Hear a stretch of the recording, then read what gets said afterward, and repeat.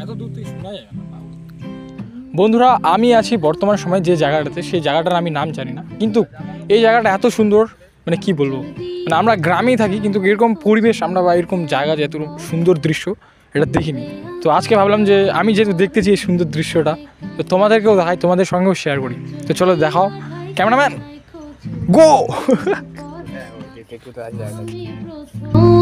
দেখে পাগল হই না, মন তো আর মানে না, ভালোবাসবো বাসবো রে বন্ধু তোমায় যতনে, আমার মনের ঘরে। এটা কি জিনিস বন্ধুরা তোমরা জানো?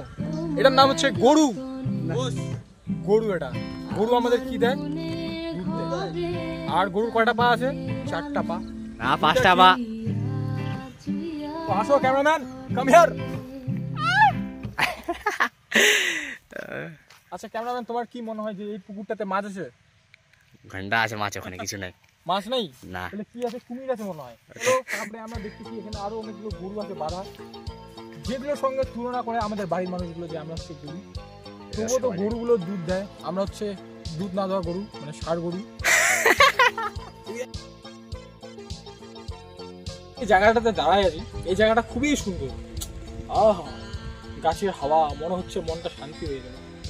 ভাষণ আমি ভালো দিতে পারি। তো আসো উপরে, cameraman come here.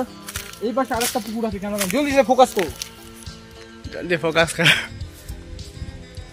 Come here. আর কিছু দেখো ক্যামেরাম্যান। এ বাপ, সে আসছে রে। আমি এরকম দৃশ্য শুধুমাত্র আগে মুভিতে বা টিভিতে দেখতাম, আজকে রিয়েলি দেখলাম আমাদের বাড়ির পাশেই এই জায়গাগুলো, কিন্তু আমরা এই জায়গাগুলোতে আসতে পারি না কেন? মনের দুঃখ বন্ধুরা, মনের দুঃখ, আনন্দের দুঃখ। পিছনে কে পিছনে